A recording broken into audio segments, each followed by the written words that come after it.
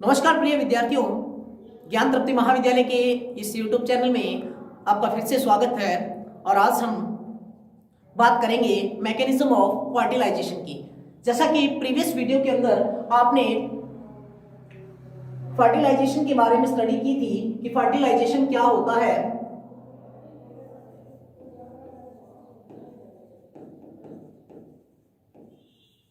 Mechanism of fertilisation.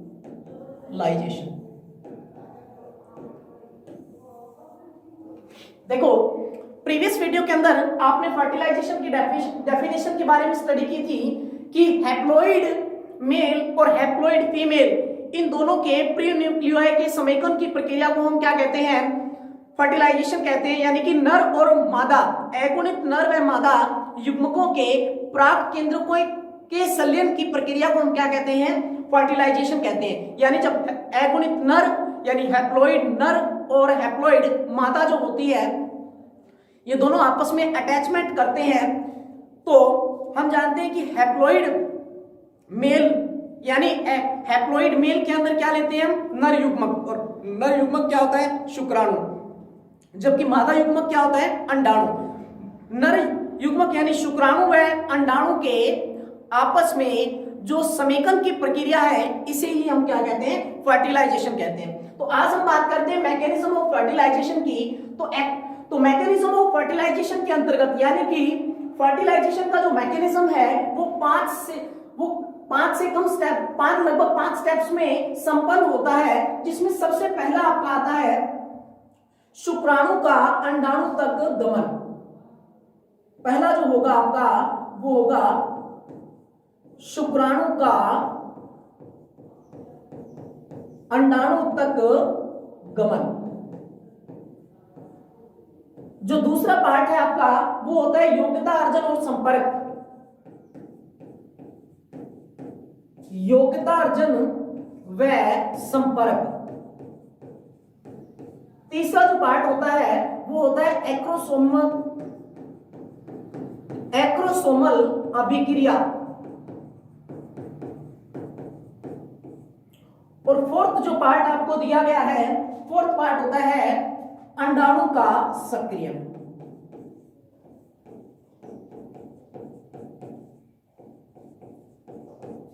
देखो, हम इसे 4 स्टेप्स में ही समझाने की कोशिश करते हैं कि मैकेनिज्म ऑफ फर्टिलाइजेशन यानी कि निषेचन का जो प्रक्रम है, निषेचन की जो प्रक्रिया है, वो लगभग कितने स्टेप्स में कंप्लीट होती है? 4 स्टेप्स के अंतर्गत कंप्लीट होती है, जिसमें पहला है शुक्राणु का अंडाणु तक गमन, दूसरा है योग्यता अर्जन और संपर्क, तीसरा है एक्रोसोमल अभिक्रिया और चौथा है अंडाणु का सक्रियण। लेकिन इससे पहले मैं आपको एक बात बता दूं कि जो ये ओवेरी होती है, ये फीमेल की ओवेरी वाला भाग है। इस फीमेल की ओवेरी वाले भाग में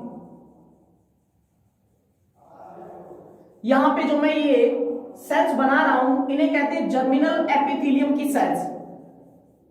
ये जो सेल्स हैं, ये है जर्मिनल एपिथेलियम की सेल्स। यहां पे जर्मिनल एपिथेलियम की सेल्स में जर्मिनल एपिथेलियम की जो सेल्स होती है लगातार समसूत्रित। आपने oogenesis की प्रोसेस को पिछले प्रीवियस वीडियो के अंदर समझा था कि oogenesis की प्रोसेस के अंदर जो जर्मिनल एपिथेलियम की जो सेल्स होती है लगातार क्या करती है? समसूत्री विभाजन करती है और बनाती है oogonia।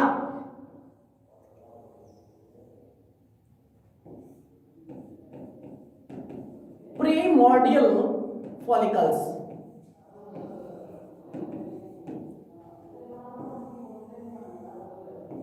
ये है आपका सेकेंडरी फॉलिकल। थर्ड जो आता है वो होता है टर्शरी फॉलिकल्स। Tertiary follicles. और यहां पे जो बनाएंगे हम वो होता है एक मैच्योर फॉलिकल्स। यह है एंट्रम वाला भाग और इसे हम कहते हैं मैच्योर फॉलिकल। इसके चारों तरफ कुछ विशेष प्रकार की सेल्स होती हैं जिनको हम कहते हैं ग्रेनुलोसा सेल्स।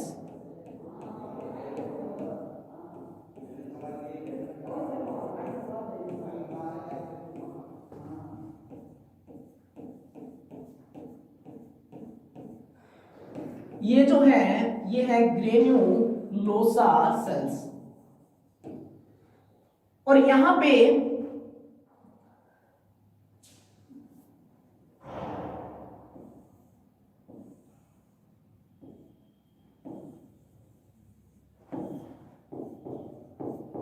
कॉर्पस ल्यूटियम, और यहां से जो रिलीज होने वाला सब्सटेंस है इसको हम कहते हैं सेकेंडरी oocyte।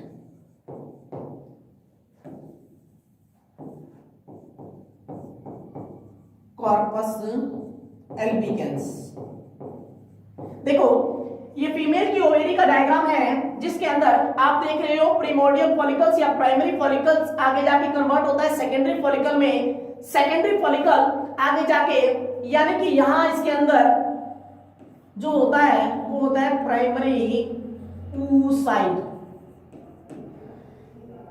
प्राइमरी फॉलिकल से बनता है सेकेंडरी फॉलिकल्स, यानी जो जर्मिनल एपिथेलियम की सेल्स होती है वो लगातार समसूत्री विभाजन करती है, जिस दौरान क्या है विभिन्न प्रकार के फॉलिकल्स निर्मित होते हैं और इन्हीं फॉलिकल्स के अंदर आपको प्राइमरी oocyte जो होता है वो मिलता है, जो आगे जाकर यहां पे निर्माण करता है फर्दर सेकेंडरी oocyte का।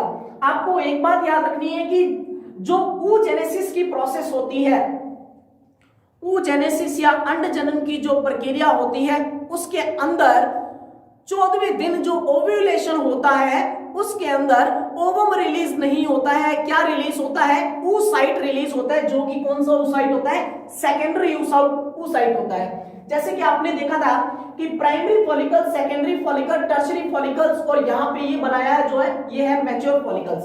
मैच्योर फॉलिकल्स जो होता है उसमें एक विशेष प्रकार के लिक्विड का निर्माण होता है, यानी फॉलिकुलर कैविटी का निर्माण होता है। इसके अंदर एक कैविटी लाइक स्ट्रक्चर बनती है, यानी एक द्रव्य पदार्थ का, जिसको हम कहते हैं एंट्रम। और इस एंट्रम के अंदर क्या होता है? यहाँ पे सेकेंडरी oocyte होता है। ये सेकेंडरी oocyte ओव्यूलेशन के 14वें दिन में क्या होता है? यहां से ओवेरी से रिलीज हो जाता है, और ओवेरी से रिलीज होने के बाद ये जो सेकेंडरी oocyte है ये कहां पहुंच जाता है? ये फीमेल के जो एम्पुला रीजन है वहां से गति करते हुए एम्पुलरी इस्थमस जंक्शन में पहुंच जाता है। जैसा कि मैं आपको डायग्राम के थ्रू समझाता हूं कि किस प्रकार से जो ये प्रोसेस होती है। तो देखो इसके अंदर सबसे पहले हम डायग्राम बना लेते हैं।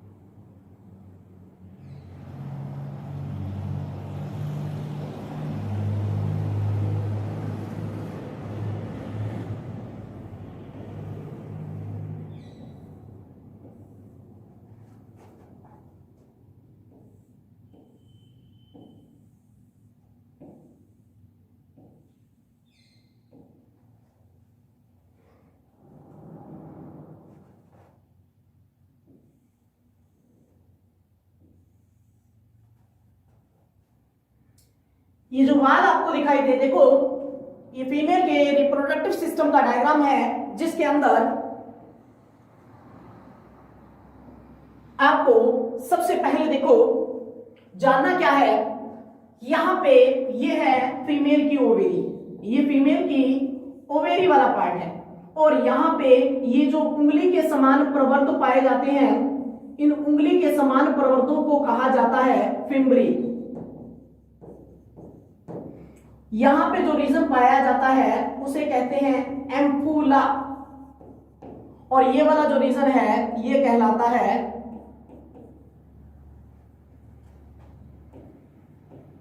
इस्थमस। ये यहां पे 3 वाल दी गई हैं जिसको हम इंडिकेट करते हैं। सबसे पहले जो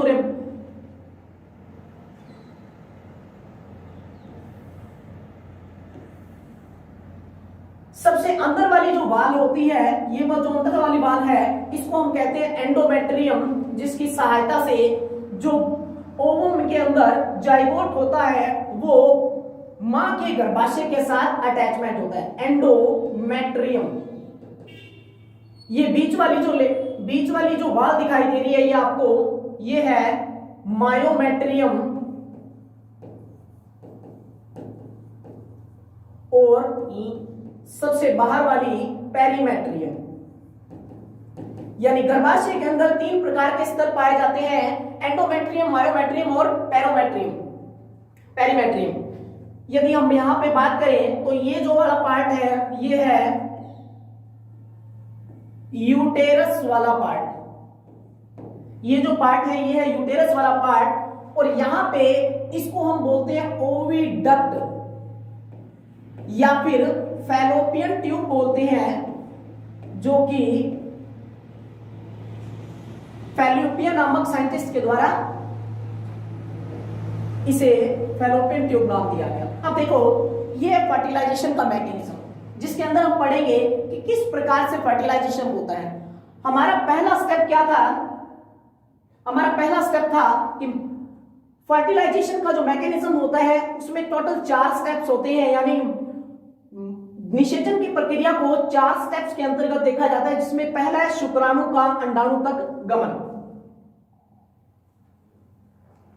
देखो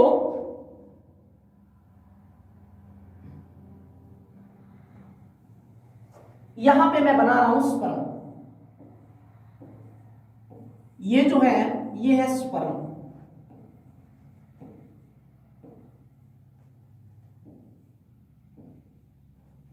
यहां पे एक जंक्शन पाया जाता है जिसे कहते हैं ampullary isthmus junction. Isthmus junction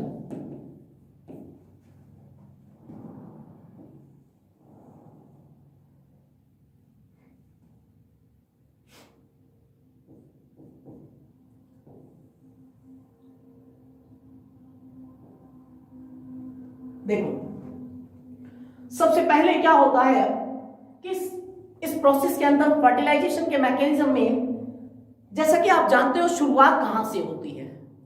जो फर्टिलाइजेशन की शुरुआत है वो कहां से होती है? देखो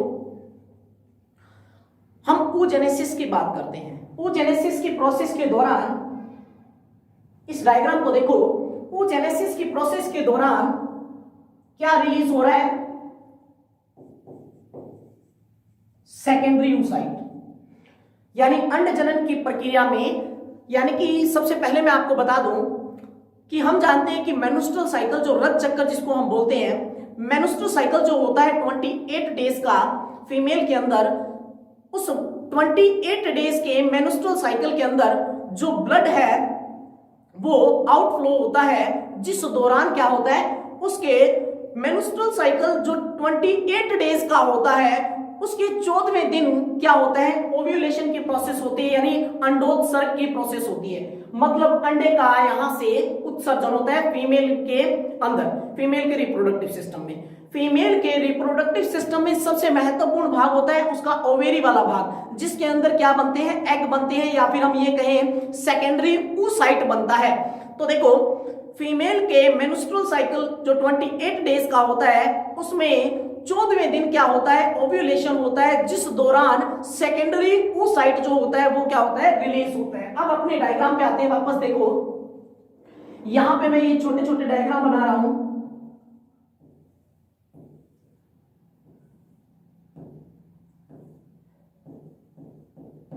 ये है सेकेंडरी oocyte, एक बार देख लो मैं।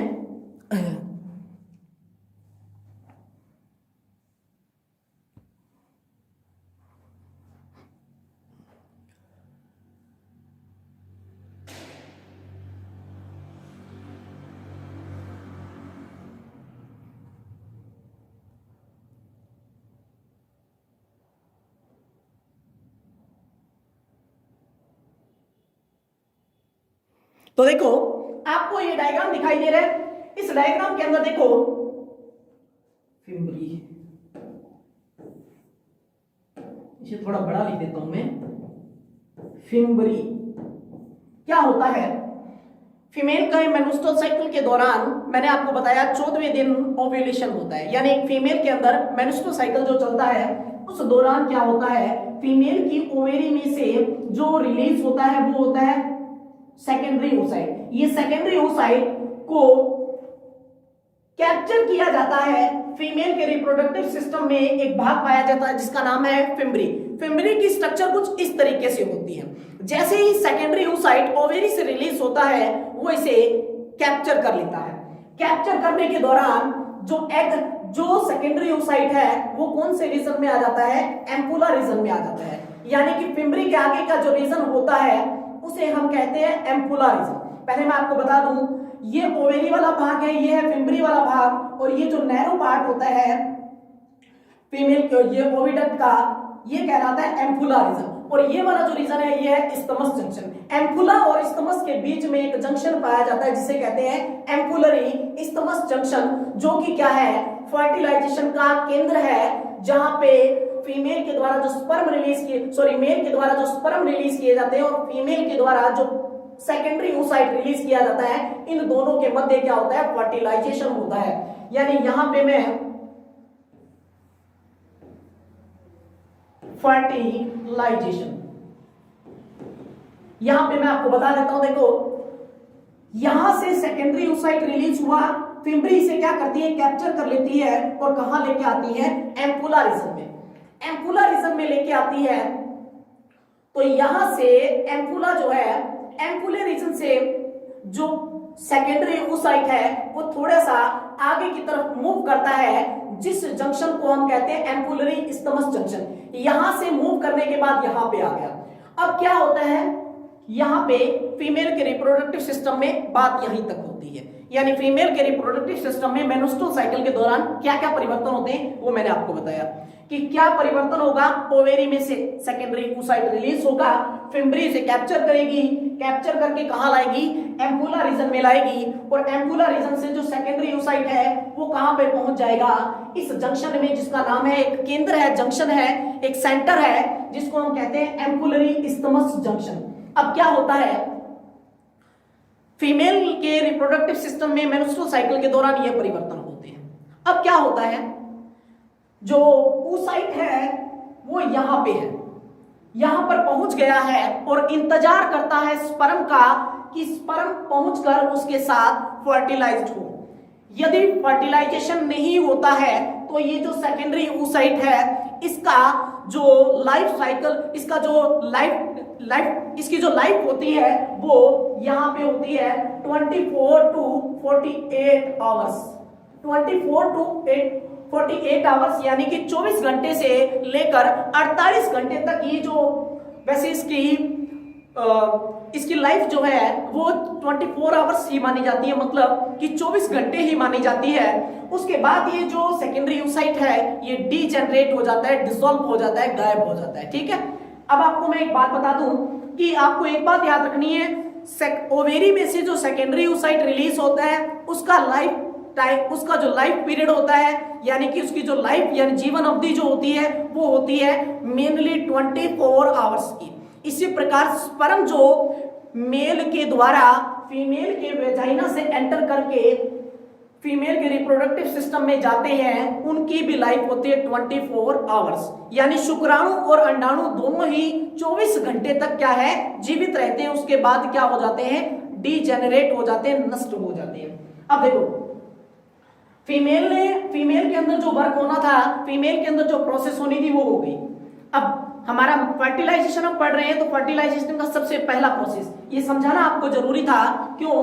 क्योंकि यहाँ पे मैं डायरेक्ट कह देता कि स्पर्म पहुंच जाते हैं तो आपको ये नहीं समझ में आता कि किस प्रकार से जो एग रिलीज हुआ है। आप देखो यहां से सेकेंडरी oocyte रिलीज हुआ, एम्पुला रीजन में पहुंच गया। अब क्या होता है, यदि मेल के द्वारा फीमेल के साथ रिप्रोडक्शन हो जाता है, मेल और फीमेल में रिप्रोडक्शन हो जाता है, या फिर हम कहते हैं क्वाइटस के दौरान या सेक्स के दौरान क्या प्रोसेस होती है, जो स्पर्म है उनको मेल के द्वारा फीमेल की वेजाइना के थ्रू उनके अंदर पहुंचा दिया जाता है।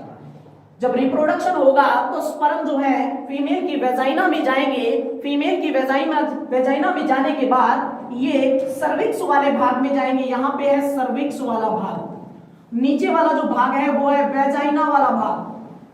सबसे पहले वेजाइना से होते हुए सर्विक्स में, और सर्विक्स से होते हुए यूटेराइन कैविटी में, यानी जो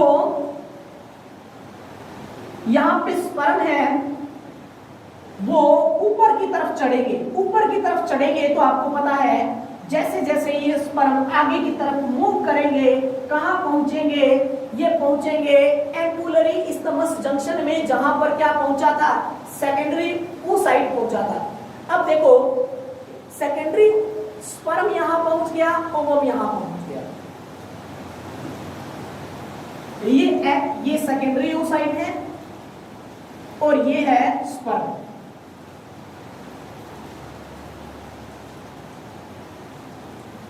यहां पर क्या होता है, इन दोनों के मध्य फर्टिलाइजेशन होता है।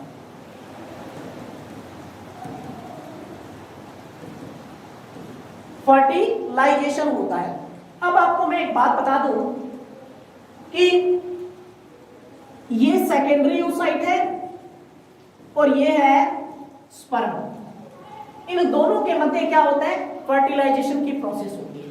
फर्टिलाइजेशन के प्रोसेस के दौरान क्या क्या परिवर्तन होते हैं, देखो जब आप स्पर्म की स्ट्रक्चर बनाते हो तो आप यहां पे एक विशेष प्रकार का, स्पर्म के अंदर जो सेंट्रियोल है वो दो प्रकार के पाए जाते हैं। एक होता है प्रॉक्सिमल सेंट्रियोल यानी समीपस्थ तारक काय, और एक होता है डिस्टल सेंट्रियोल।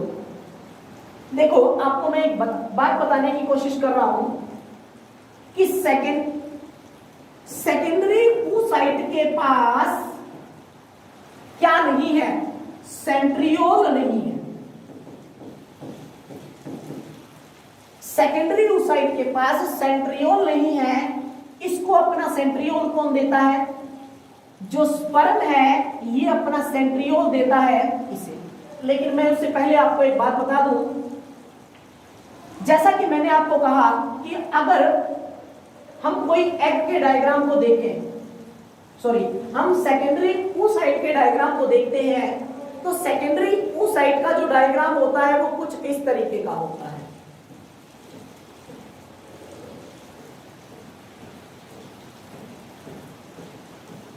सेकेंडरी oocyte का डायग्राम कुछ इस तरीके का होता है। क्या होता है सेकेंडरी oocyte के अंदर, सेकेंडरी oocyte के चारों तरफ ये जो सेल्स पाई जाती हैं इन्हें कहा जाता है ग्रेन्युलोसा सेल्स या फॉलिकुलर सेल्स, या कोरोना रेडिएटा कह सकते हैं उसको, कोरोना रेडिएटा सेल्स।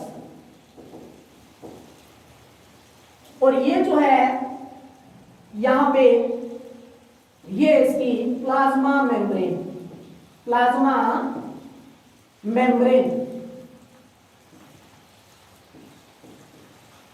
और यहां पे बाहर वाली जो लेयर दिखाई दे रही है आपको, ये है जोना पेलिसिडा की लेयर।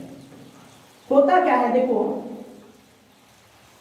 यहां पे हम समझने की कोशिश करते हैं। जब प्राइमरी फॉलिकल से सेकेंडरी फॉलिकल बनता है, बात को समझने की कोशिश करना कि जब प्राइमरी फॉलिकल से सेकेंडरी फॉलिकल बनता है, सेकेंडरी से टर्शियरी फॉलिकल्स बनता है और मैच्योर फॉलिकल्स बनता है, तो इनके चारों तरफ कुछ विशेष प्रकार की सेल्स पाई जाती हैं जिन्हें हम कहते हैं ग्रेनुलोसा सेल्स।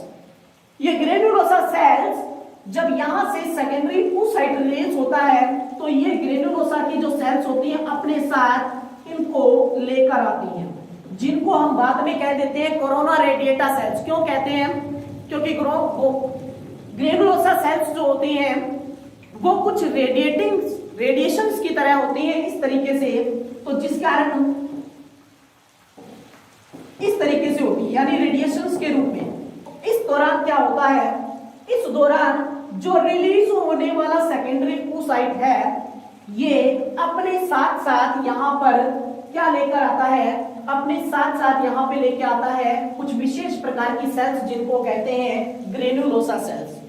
ग्रेन्युलोसा सेल्स के अंदर की तरफ एक प्रोटेक्टिव लेयर होती है जो कि होती है जोना पेलुसिडा की लेयर। जोना पेलुसिडा के लेयर के अंदर की तरफ जो स्पेस पाया जा रहा है इसे कहते हैं pre vitelline space. Pre vitelline space. अब होता क्या है, जब यहां से फर्टिलाइजेशन की जो प्रोसेस होती है तो इस दौरान एक स्पर्म नहीं मिलियंस ऑफ स्पर्म जो है वो यहां पे पहुंचते हैं। लेकिन इनमें से अधिकतर जो स्पर्म्स होते हैं, यानी कि जब रिप्रोडक्शन या जन्म की प्रोसेस होती है मेल और फीमेल के अंदर, तो यहां से बहुत सारे स्पर्म जो है फीमेल की वेजाइना से पहुंचते हैं, फीमेल की वेजाइना में से गुजरते हैं या फिर फीमेल की वेजाइना में पहुंचते हैं। लेकिन अधिकतर जो स्पर्म्स होते हैं फीमेल की वेजाइना में नष्ट हो जाते हैं। इनमें से कुछ तीव्र गतिशील स्पर्म्स जो होते हैं वही कहां पहुंच पाते हैं, एम्पुलरी इस्थमस जंक्शन में। अब मान लो ये एक सेकेंडरी oocyte है और ये स्पर्म। जैसा कि आपको मैंने बताया कि यहां पे ये है सेकेंडरी oocyte। सेकेंडरी oocyte के चारों तरफ कौन पाया जा रहा है, कोरोना रेडिएटा। कोरोना रेडिएटा के अंदर क्या है, जोना पेलुसिडा। जोना पेलुसिडा के अंदर का जो स्पेस है उसे हम क्या कहते हैं, प्री विटेलाइन स्पेस। अब देखो यहां पे एक स्पर्म नहीं लाखों की संख्या में स्पर्म पहुंचते हैं इस तरीके से।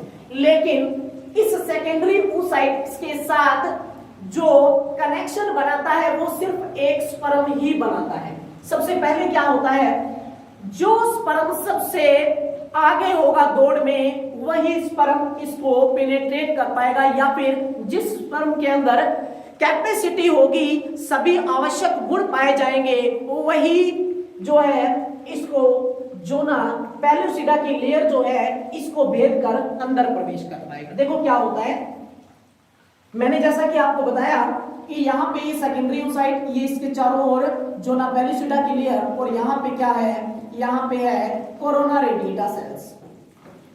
ये कोरोना रेडिएटा की जो सेल्स होती है, सबसे पहले हम जानते हैं कि ये वाला जो भाग होता है शुक्राणु के टिप पार्ट पे जो भाग पाया जाता है वो होता है एक्रोसोम वाला भाग।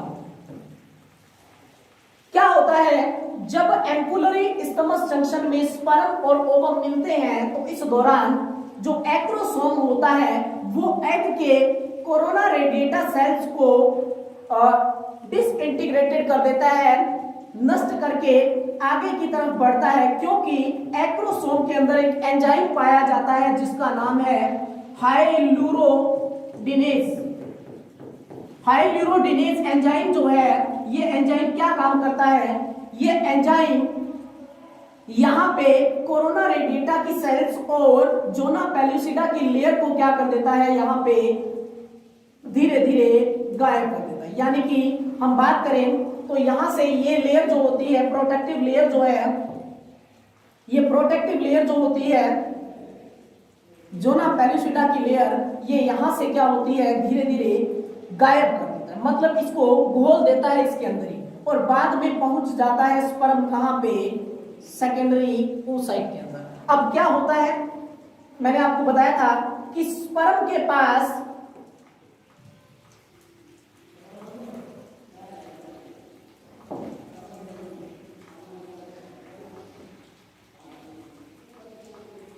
ये आपका स्पर्म हो गया। स्पर्म के पास क्या होता है, यहां पे सेंट्रियोल होता है। स्पर्म के पास खुद का सेंट्रियोल है, सेकेंडरी oocyte के पास सेंट्रियोल नहीं होता। इसके पास हैप्लॉइड न्यूक्लियस है, इसके पास भी न्यूक्लियस है, इसके पास खुद का साइटोप्लाज्म नहीं होता। स्पर्म के पास होता भी है तो नाम मात्र का होता है। स्पर्म के पास ज्यादा मात्रा में साइटोप्लाज्म नहीं होता, लेकिन सेकेंडरी oocyte के पास साइटोप्लाज्म जो है वो होता है। तो क्या होता है, कॉम्बिनेशन होता है। कैसे, सेकेंडरी oocyte और स्पर्म ये दोनों आपस में क्या करते हैं, एक दूसरे के संयोग से एक जाइगोट बनाने का काम करते हैं। कैसे, ये अपना सेंट्रियोल दे देता है किसे, ये अपना सेंट्रियोल दे देता है सेकेंडरी oocyte को। देखो मैंने कहा कि एक्रोस्पर्म जो होता है वो अपना सेंट्रियोल दे देता है सेकेंडरी oocyte को, और अपना न्यूक्लियस जो है वो दे देता है यहां पे किसको, सेकेंडरी oocyte को। अब सेकेंडरी oocyte बदले में स्पर्म को क्या देता है, बदले में देता है साइटोप्लाज्म। तो इन दोनों के कॉम्बिनेशन से क्या बनता है, एक जाइगोट बनता है, या फिर हम ये कहें जब ये दोनों आपस में फर्टिलाइजेशन करते हैं तो बनता है एक यहां पे कंप्लीट ओवम, और ओवम से ही क्या बनेगा, जाइगोट बनेगा। देखो अब अपने पिछले प्रोसेस में वापस आते हैं। यहां पे आपने देखा कि आपको oogenesis की प्रोसेस के बारे में पता होगा कि oogenesis की प्रोसेस के दौरान क्या रिलीज होता है, यहां पे oogenesis की प्रोसेस के दौरान यहां पे सेकेंडरी oocyte रिलीज होता है। क्योंकि देखो जब हम oogenesis की प्रोसेस पढ़ते हैं तो हम क्या पढ़ते हैं कि जर्मिनल एपिथेलियम की जो सेल्स होती है वो आगे जाके क्या बनाती है, oogonia बनाती है। oogonia जो होता है वो आकार में वृद्धि करता है, जिसको हम ग्रोथ स्टेज के अंदर लेते हैं। oogonia जब आकार में वृद्धि करता है तो बनाता है प्राइमरी oocyte। प्राइमरी oocyte में मियोसिस फर्स्ट होता है, क्या होगा, मियोसिस फर्स्ट, अर्धसूत्री विभाजन प्रथम। अर्धसूत्री विभाजन प्रथम होने के बाद क्या बनेगा, सेकेंडरी oocyte बनेगा। सेकेंडरी oocyte जब तक ओवम में कंप्लीट नहीं होता, यानी तब तक चेंज नहीं होता जब तक उसके अंदर मियोसिस सेकंड नहीं होता। देखो कैसे, क्योंकि मैंने आपको बताया था कि वो जो आपका सेकेंडरी oocyte होता है, जिस प्रकार आप स्पर्मेटोजेनेसिस की प्रोसेस पढ़ते हो उसके अंदर हम देते हैं स्पर्मेटिड्स जब चेंज हो जाता है स्पर्म के अंदर तो वो प्रोसेस कहलाती है स्पर्मियोजेनेसिस। स्पर्मियोजेनेसिस अर्थात शुक्राणु पूर्वी कोशिका का या स्पर्मेटिड सेल का एक कंप्लीट स्पर्म में चेंज हो जाना स्पर्मियोजेनेसिस कहलाता है। इसी प्रकार क्या होता है, सेकेंडरी oocyte जो है वो चेंज होता है ओवम के अंदर। कब होता है, जब मेल के द्वारा स्पर्म रिलीज किए जाते हैं, और यहां पे बात करें स्पर्म के द्वारा, सॉरी मेल के द्वारा जो स्पर्म रिलीज किए जाते हैं वो पहुंचते हैं एम्पुलरी इस्थमस जंक्शन में, और इन दोनों का जब मिलन होता है तभी क्या है, एग बनता है। अब देखो यहां पे हमने बात कर ली कि जो आपका सेकेंडरी oocyte होता है ये मियोसिस सेकंड की मेटाफेज सेकंड अवस्था में रुक जाता है। मियोसिस सेकंड की यानी कि जब तक इसके अंदर सेकेंडरी oocyte के अंदर क्या नहीं होता, सेकेंडरी oocyte के अंदर यहां पे हम बात करें सेकेंडरी oocyte के अंदर जब तक मियोसिस सेकंड नहीं होता तब तक ये क्या है, ओवम में चेंज नहीं होता। अब देखो एग बन गया, मतलब कि ओवम बन चुका है, अंडा बन चुका है। अब क्या होता है, जो ये है इन स्पर्म्स को हम डीजनरेट कर देते हैं यहां से।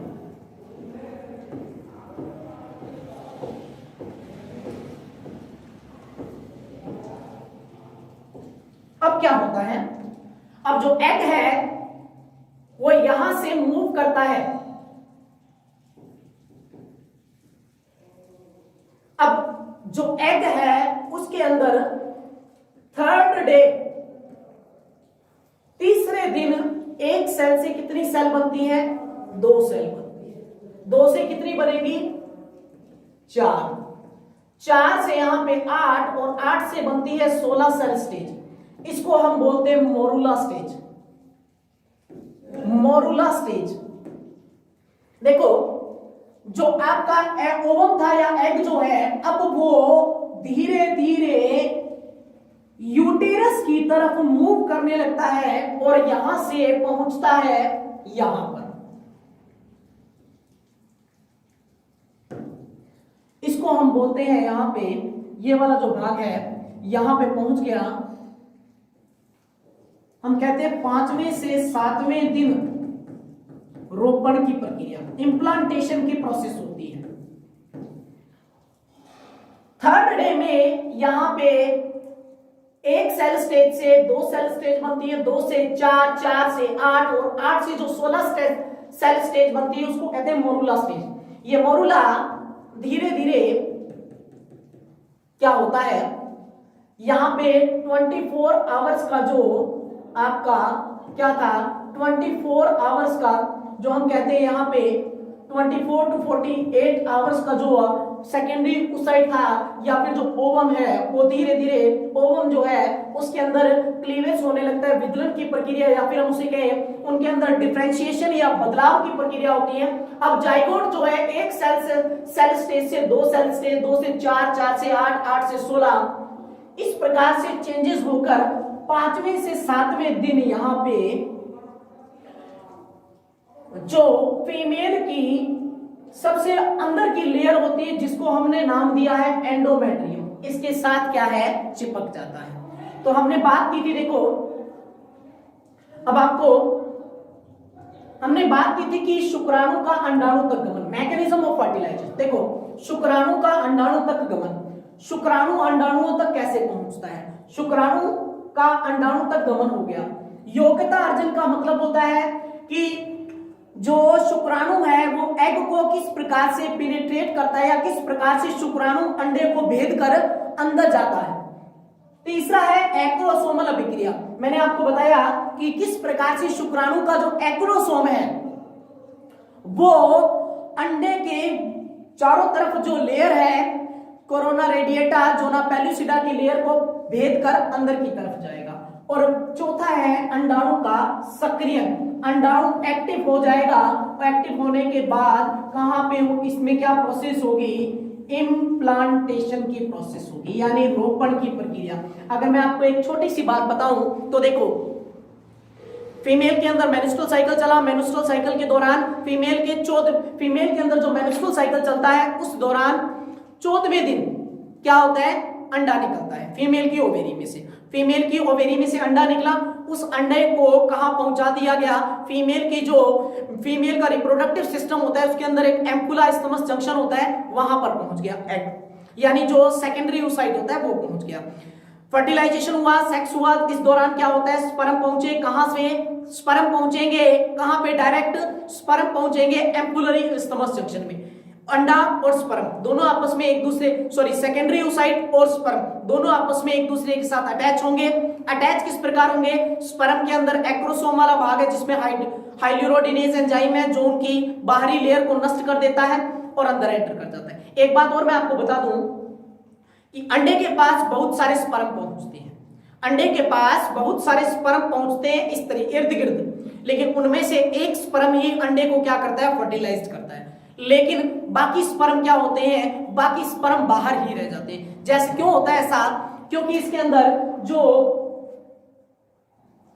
आपको एग की स्ट्रक्चर मैंने समझाई थी, इस एग की स्ट्रक्चर के अंदर जो प्री विटेलाइन स्पेस जो आपको बताया गया, यहाँ पे एक विटेलाइन मेम्ब्रेन होती है और जोना पेलुसिडा की जो लेयर है ये क्या करती है, एक हार्ड वॉल का निर्माण कर देती है। एक स्पर्म के एंटर करते ही एक हार्ड वॉल का निर्माण कर देती है जिससे क्या होता है, बाकी स्पर्म जो होते हैं वो एंटर नहीं कर पाते हैं और फीमेल के रिप्रोडक्टिव सिस्टम के अंदर ही क्या हो जाते हैं, नष्ट हो जाते हैं। तो यहाँ पे हमने बात की कि किस प्रकार से जो ये प्रोसेस होती है ये संपन्न होती है। लेकिन एक बात आपको याद रखनी है, इसमें एक कंडीशन आती है पॉलीस्पर्मी की। पॉलीस्पर्मी का मतलब बहुत सारे स्पर्म, जब बहुत सारे स्पर्म अंडे के साथ फर्टिलाइज हो तो उस कंडीशन को बोला जाता है पॉलीस्पर्मी। ठीक है, आपको एक बात और याद रखनी है कि फर्टिलाइजेशन के मैकेनिज्म को हमने 4 स्टेप्स में अध्ययन किया है, लेकिन ऐसा होता है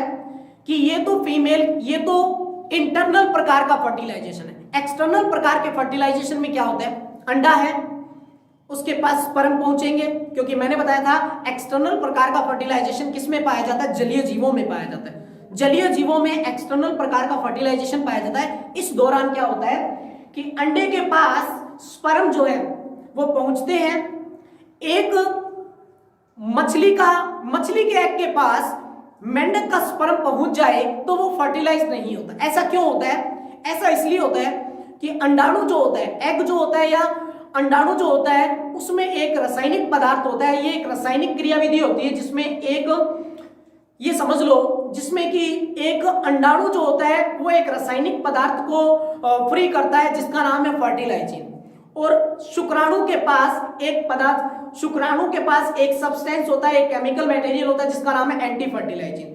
तो क्या होता है, एक ही जाति के शुक्राणु और अंडाणु आपस में क्या होते हैं, अटैच होते हैं, अन्य जाति के नहीं होते। जैसे ताले, हर एक ताले की एक चाबी होती है फिक्स, उसी प्रकार अंडाणु और शुक्राणु इन दोनों का आपस में जो मिलन होता है वो किसी अन्य जाति के शुक्राणु के साथ नहीं होता है या किसी अन्य जाति के अंडाणु के साथ नहीं होता है। किस कारण नहीं होता है, तो फर्टिलाइजिन और एंटी फर्टिलाइजिन के कारण होता है। ये होते क्या है एंटी फर्टिलाइजिन और फर्टिलाइजिन, ये एक प्रकार के ग्लाइकोप्रोटीन है जिनका मोलिकुलर वेट काफी हाई होता है और ये काफी सारे अमीनो एसिड से मिलकर बने होते हैं। तो आज के लिए इतना ही। नेक्स्ट वीडियो के अंदर हम नेक्स्ट टॉपिक की बात करेंगे, फर्टिलाइजेशन से आगे के टॉपिक की बात करेंगे। तो आज और बाकी इस वीडियो के अंदर किसी भी प्रकार की आपको प्रॉब्लम्स क्रिएट होती है तो प्लीज आप कमेंट बॉक्स के अंदर अपने कीमती सुझाव जरूर दें, और वीडियो को अगर पसंद आए तो लाइक जरूर करें। धन्यवाद।